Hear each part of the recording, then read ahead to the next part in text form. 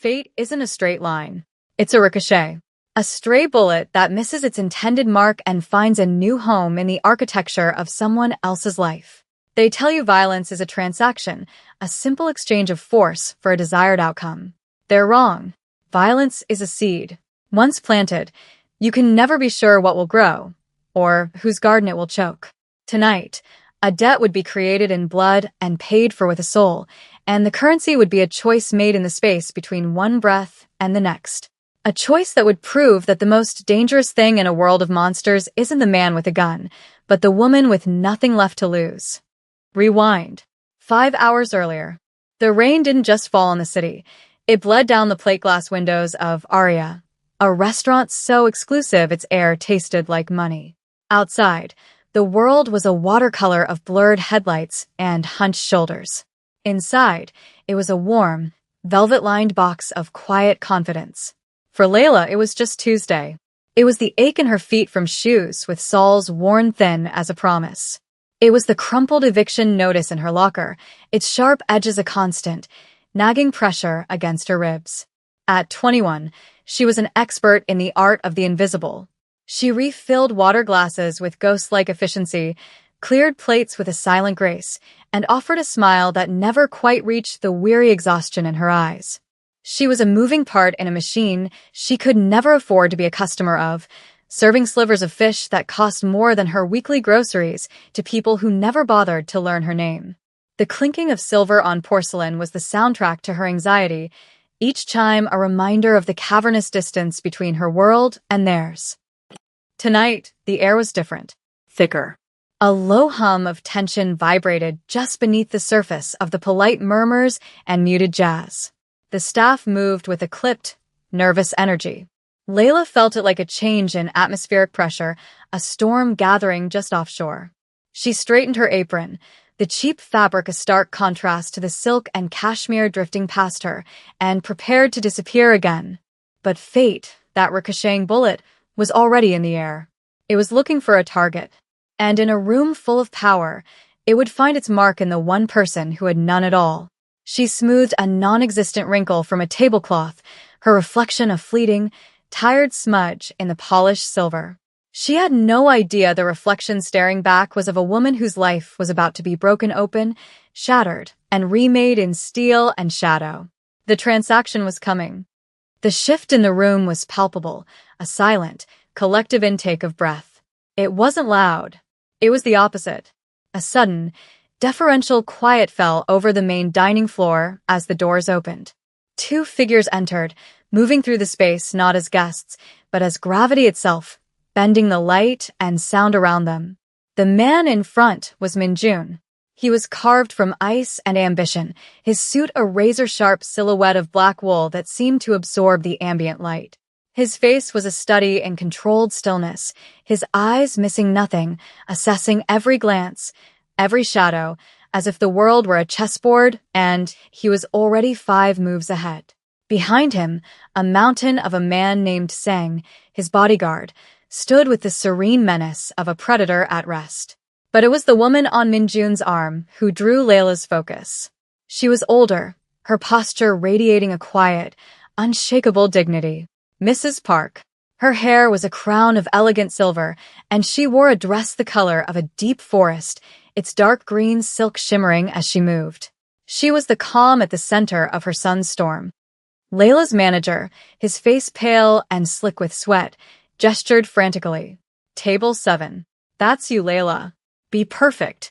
Do not speak unless spoken to. Do not make eye contact with him. Address only the mother. The instructions were whispered with the frantic terror of a man who understood the stakes. Layla's heart hammered against her ribs, a frantic bird in a cage. She had seen men like him before, men who moved with the chilling certainty that the world belonged to them. They were a different species. She approached the table, her worn shoes silent on the plush carpet. "Good evening, ma'am. May I offer you some water?" she asked, her voice steady, her eyes fixed respectfully on the elder woman. Mrs. Park offered a small, kind smile. "Thank you, dear." Her voice was soft, a stark contrast to the cold silence emanating from her son. Minjun didn't look at Layla. He was scanning the room, his gaze lingering on the exits, the windows, the other patrons. He wasn't having dinner. He was occupying territory. Layla moved with practiced care, pouring the water, her hands steady despite the tremor deep inside her. She could feel his presence like a physical weight, a cold spot in the warm room. She saw the way other diners angled their bodies away, the way the staff gave the table a wide berth. This wasn't respect. It was fear. A deep, primal understanding that they were in the presence of apex power. Mrs. Park, however, seemed oblivious, or perhaps simply accustomed, to the invisible circle of dread that surrounded her family. She asked Layla a simple question about the menu, and for a fleeting moment, it was just a conversation between two women. A brief, fragile pocket of normalcy in a room pregnant with unspoken danger. The meal progressed in a state of suspended tension. Each course was served and cleared in near silence, punctuated only by Mrs. Park's occasional soft-spoken compliments. Layla moved like a phantom, her focus narrowed to the table, to the simple, grounding tasks of her job. Yet, she couldn't ignore the details at the edge of her vision. The busboy clearing a nearby table wore a uniform that was just a little too new, a little too stiff. He avoided her gaze. A side door to the kitchens, usually propped open, was now firmly shut. Small things. Wrong things. Minjun noticed them too. His stillness had become absolute, his hand resting on the table just inches from his mother's. He was a coiled spring. The dessert course had just been served, a delicate pear tart for Mrs. Park, when the first sound came. Not a bang, but a muffled, wet thump, like a heavy book falling on carpet. It was the sound of a silenced gunshot hitting the maitre d' by the entrance. Then another. Chaos erupted. Screams tore through the polite ambience. Patrons scrambled, overturning tables and chairs. Glass shattered. But Layla's world had shrunk to a single, horrifying point of focus. Across the room, the new busboy was no longer a busboy. He held a pistol, its suppressor a dark, ugly snout. And he wasn't aiming at the formidable figure of Minjun. His target was the old woman in the dark green dress. Time seemed to stretch and warp. Layla saw the shift in the gunman's stance, the cold, impersonal focus in his eyes. She saw Mrs. Park's look of frail confusion. She saw Minjun moving, a blur of deadly grace, but he was a fraction of a second too late. There was no thought. There was no calculation of risk or reward. There was only a primal, overwhelming instinct. A deep, unbidden reflex to shield the vulnerable. In one explosive, desperate motion, Layla threw herself forward. She didn't push Mrs. Park out of the way. She became a wall. She covered the older woman's body with her own, her arms wrapped around her fragile shoulders, her back to the threat. The world exploded in a starburst of white-hot agony. The impact felt less like a piercing and more like a brutal punch from a fist of molten steel, slamming into her back, just below her shoulder blade. The force stole her breath, driving the air from her lungs in a choked gasp. The sound of the restaurant, the screams, the chaos, all faded into a deafening, distant roar. As her knees buckled and the plush carpet rushed up to meet her, the last thing she saw was Minjun's face. The mask of icy control was shattered, and in its place was a raw, blazing expression of shock and something else, something terrifyingly complex, as he stared at the nobody waitress bleeding out to save his mother. Consciousness returned not as a gentle dawn, but as a sharp, unwelcome intrusion.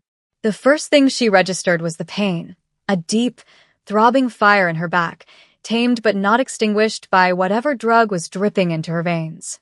The second was the silence. It was a heavy, sterile silence, broken only by the quiet, rhythmic beep of a heart monitor. This wasn't a hospital. Hospital rooms smelled of antiseptic and quiet suffering. This room smelled of nothing, which was somehow more unnerving. It was all white walls, brushed steel, and a single, floor-to-ceiling window showcasing a dizzying panorama of the city's glittering skyline. She was on a bed with sheets, so fine they felt like cool water against her skin. A silk prison. A man in a doctor's coat was checking the fore-drip, his movements efficient and impersonal. He didn't speak to her. When he was done, he simply nodded toward the corner of the room and left. That's when she saw him. Minjun was sitting in a minimalist black leather chair, watching her. He hadn't moved. He was as still as a statue, his dark suit immaculate, betraying nothing of the chaos from hours before.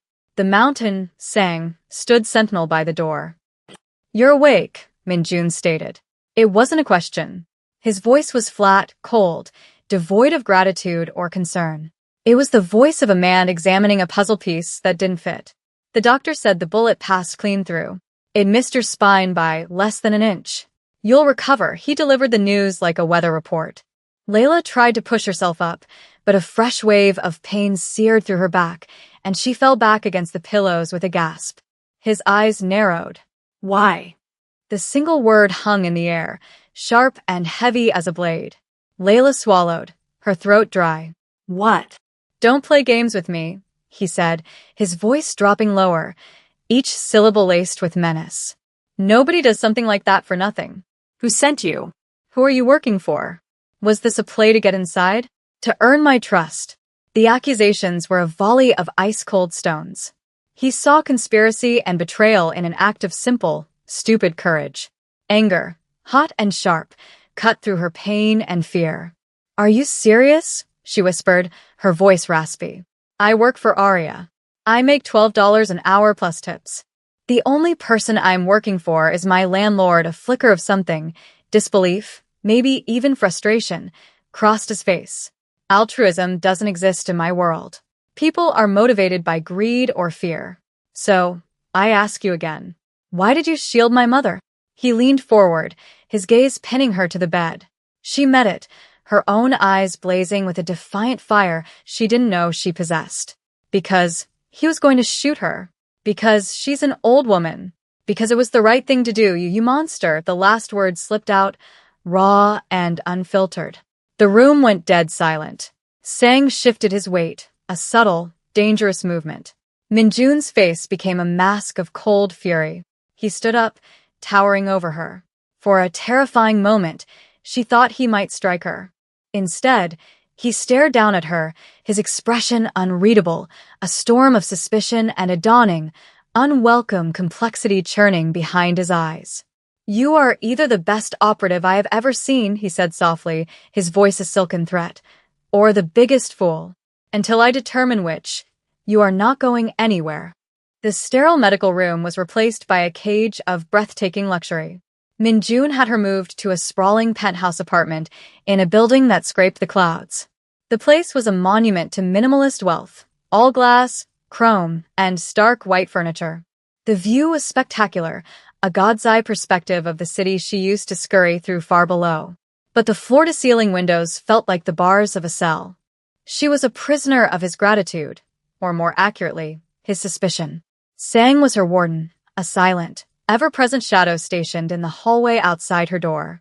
Her meals appeared on a cart, gourmet dishes she would have served but never dreamed of eating. A private nurse changed her bandages daily. Her every need was met, except the one she craved most, freedom. The days bled into one another, a blur of managed pain, enforced rest, and a growing, suffocating sense of dislocation. She was living in a world she didn't belong to, a ghost haunting a life that wasn't hers. On the third day, she had another visitor. Mrs. Park entered the apartment, not with the force of her son, but with a quiet, unassuming grace. She dismissed the nurse with a gentle wave of her hand and sat in a chair beside Layla's bed. She held a small, simply wrapped box in her lap. "I wanted to thank you properly," Mrs. Park said, her voice filled with a sincere warmth that felt like the first ray of sun after a long winter. "My son, he lives in a world of sharp edges. He does not always know how to express gratitude." She opened the box. Inside, nestled on a bed of silk, was a small, intricately carved jade pendant of a hummingbird. "My mother gave this to me. It is a symbol of resilience, of finding sweetness in difficult places." She placed it gently in Layla's hand. The stone was cool and smooth. "You saved my life, child. That is a debt our family can never truly repay." Layla could only shake her head, overwhelmed. "I just reacted. A person's true nature is revealed in their reactions," Mrs. Park said, her eyes knowing and kind. Just then, Minjun entered the room. He stopped when he saw his mother with Layla, his expression hardening slightly. Iomioni, he said, the Korean word for mother soft on his lips. You should be resting. I am fine, Minjun, she replied, her tone gentle but firm, carrying an authority that even he could not challenge. She turned her gaze from Layla to her son. This girl has a good soul. She is brave, and she is kind. You will protect her. You will keep her safe. This is not a request, the command was absolute. Minjun's jaw tightened, but he gave a short, almost imperceptible nod. He looked at Layla, and for the first time, the cold calculation in his eyes was tempered by something else. The weight of his mother's decree. The undeniable reality of the debt. He might not trust her, he might not understand her, but he was now bound to her by an obligation sealed in blood and maternal law. As Layla's body healed, the penthouse began to feel less like a prison and more like a strange, suspended reality. The forced proximity with her captor/protector settled into a tense, unspoken rhythm. Minjun began to visit more frequently. His interrogations softened, morphing into something more like cautious observation. He would sit in the armchair across the room, nursing a glass of whiskey, and simply watch her as she sketched in a notebook a nurse had brought her. The silence between them was a living thing, filled with questions and assumptions. One evening, she broke it. "Does it ever get quiet?" she asked, not looking up from her drawing. He raised an eyebrow. "The city?" "No," she said, finally meeting his gaze. "In your head," the question seemed to catch him off guard. He was silent for a long moment, swirling the amber liquid in his glass. "Quiet is a luxury," he finally answered, his voice low. "It's what my enemies used to plan. Must be loud," she murmured, a hint of dry wit in her tone. To her astonishment, the corner of his mouth twitched, the barest ghost of a smile. It was a crack in the ice, a fleeting glimpse of the man beneath the monster. Their strange dynamic was interrupted by the arrival of Jay. He was Minjun's second-in-command, a man who wore his ambition as elegantly as he wore his tailored suits. He arrived bearing an extravagant bouquet of flowers, his smile polished to a high sheen. "Layla," he said, his voice smooth as velvet. "Minjun has told me all about your incredible bravery. The entire organization is in your debt."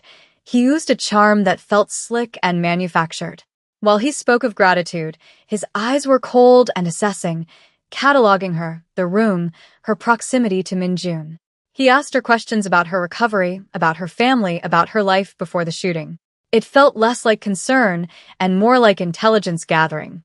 "Minjun can be intense," Jay said, leaning in conspiratorially. "But he has a good heart. He feels this debt to you very deeply." "We all do." Layla felt an instinctive chill. There was something predatory behind his polished manners, a hunger that he couldn't quite conceal. When he left, the room felt colder. "I don't like him," she said plainly to Minjun later that night. Minjun looked at her, his expression thoughtful. "Jay is useful. He is smooth where I am sharp.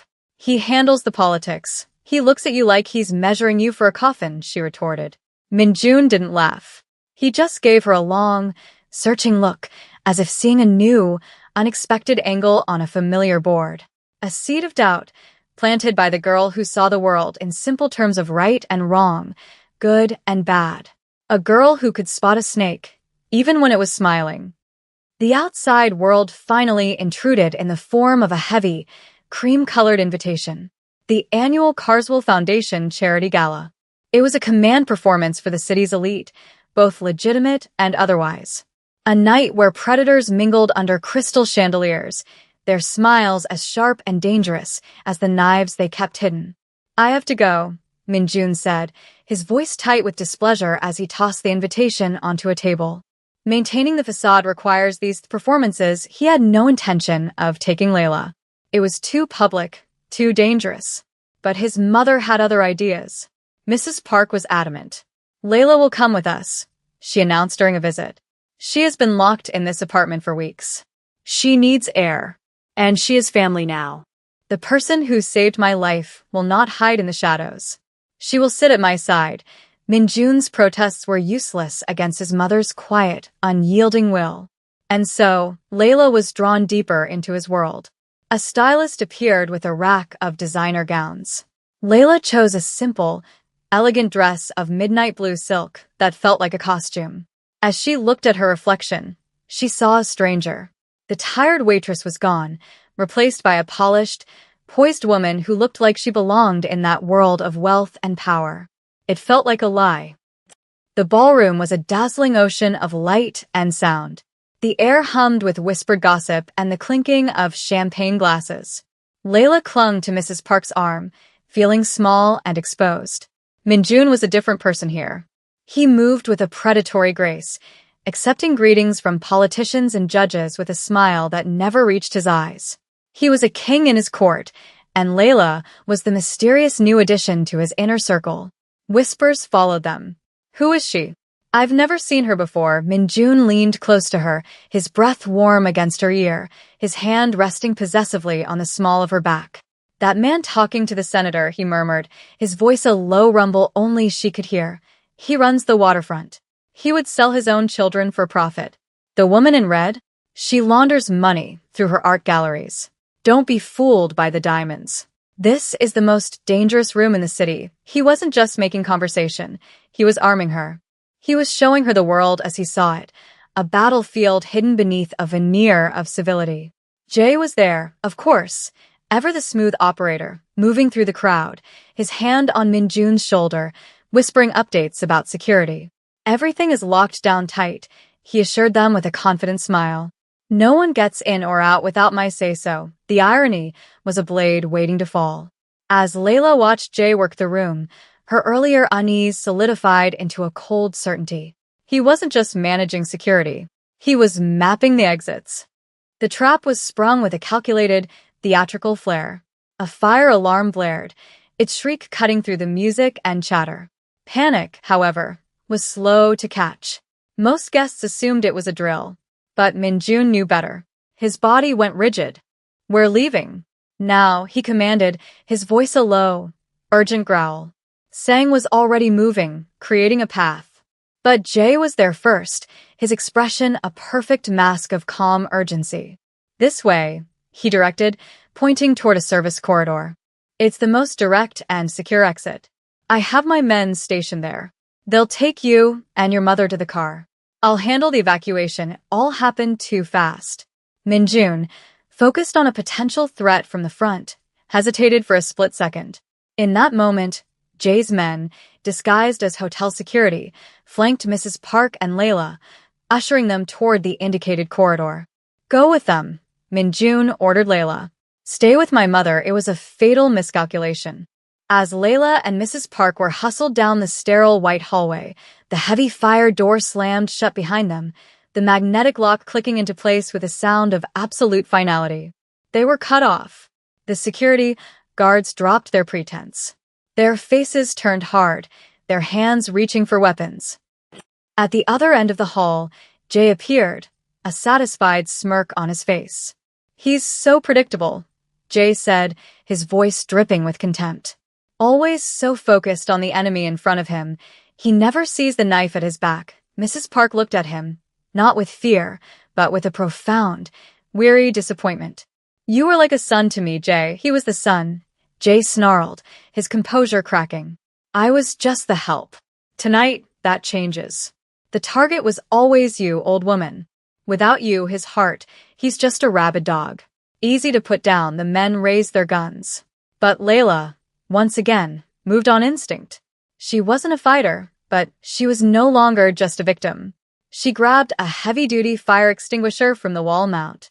As the first man took aim, she yanked the pin and blasted a thick, choking cloud of white foam directly into his face. He staggered back, blind and sputtering. The momentary chaos was all the opening they needed.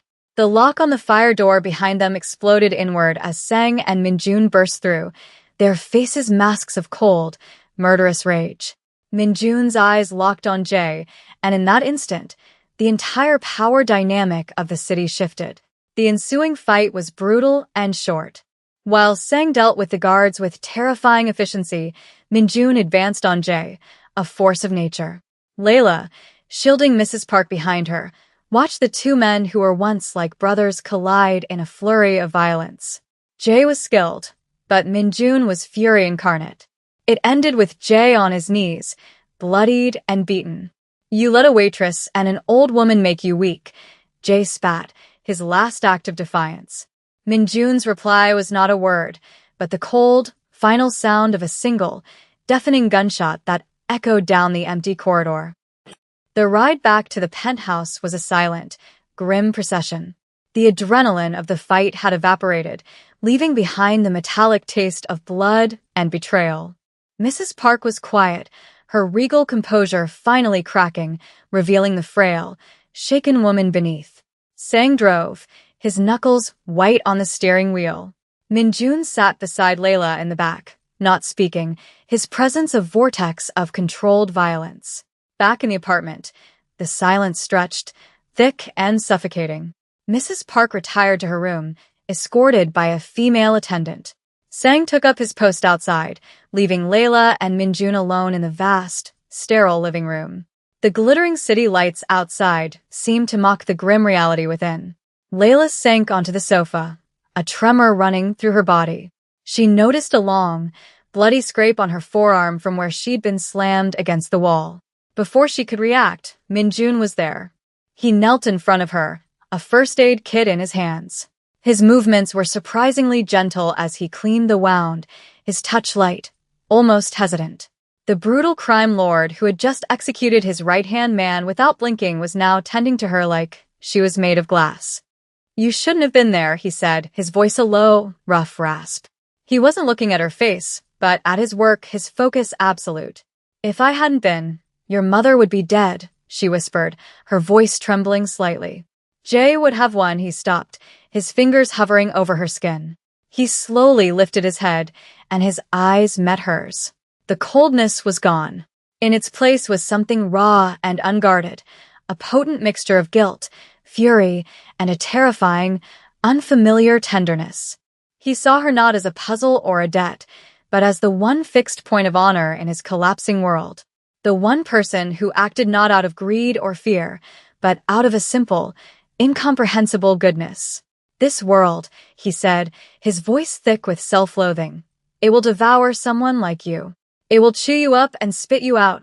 Maybe," she said, her voice growing stronger. "Or maybe I'm tougher than you think." He finished bandaging her arm, his touch lingering for a fraction of a second longer than necessary. He stood up, not as a crime boss, but as a man stripped down to his essential truths. "The debt I owe you is no longer just for my mother's life. It's for yours. You are mine to protect now." It wasn't a declaration of love in any conventional sense. It was a vow, a claim, forged in gunfire and sealed in betrayal. It was his world's language for devotion. "You and my mother.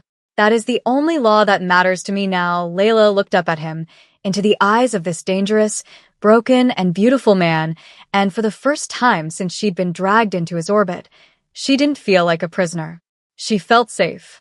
She simply nodded, accepting the weight of his promise.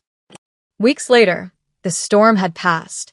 The tremors from Jae's betrayal had shaken the city's underworld, but Minjun had moved with ruthless speed to consolidate his power. The vacuum was filled, the traitors purged. A new, colder order had settled over the streets. For Layla, the world had been irrevocably altered. The penthouse was no longer a cage. It had become a sanctuary. The fear had receded, replaced by a quiet, steady rhythm of a new life. She no longer felt like an imposter. She was simply here. She spent her afternoons sketching, filling pages with the cityscapes visible from her window, finding a strange beauty in the sprawling metropolis that had almost killed her. One evening, Minjun came home early. He wasn't wearing one of his immaculate, weaponized suits. He was in a simple gray sweater and dark pants, looking younger, less like a king and more like a man carrying the weight of his kingdom. He looked tired, but the violent tension that always coiled in his shoulders was gone. He was at peace. He didn't speak, just walked over to the kitchen and prepared a pot of tea, the familiar, domestic ritual, a quiet statement in itself. He brought 2 cups to the window where Layla was sitting, handing one to her. Their fingers brushed, a small spark of warmth in the cool air. They stood together in comfortable silence, watching the sun dip below the horizon, painting the sky in hues of orange and violet. The city lights began to flicker on, a constellation of 1,000,000 different lives, 1,000,000 different stories, spread out at their feet. "I never used to notice the sunset from up here," he said softly, his voice a low murmur against the glass. "I was always looking down, watching for threats. What do you see now?" she asked. He turned his head, his gaze leaving the view and settling on her. "I see a reason to look up. Fate isn't a straight line. It's a ricochet. Sometimes it tears through you, leaving a trail of destruction. But sometimes, if you're impossibly, terrifyingly lucky, it shatters the life you knew, only to deliver you exactly where you were always meant to be." In the quiet of the twilight, surrounded by the silent, glittering city, the monster and the angel had found their hard-won peace.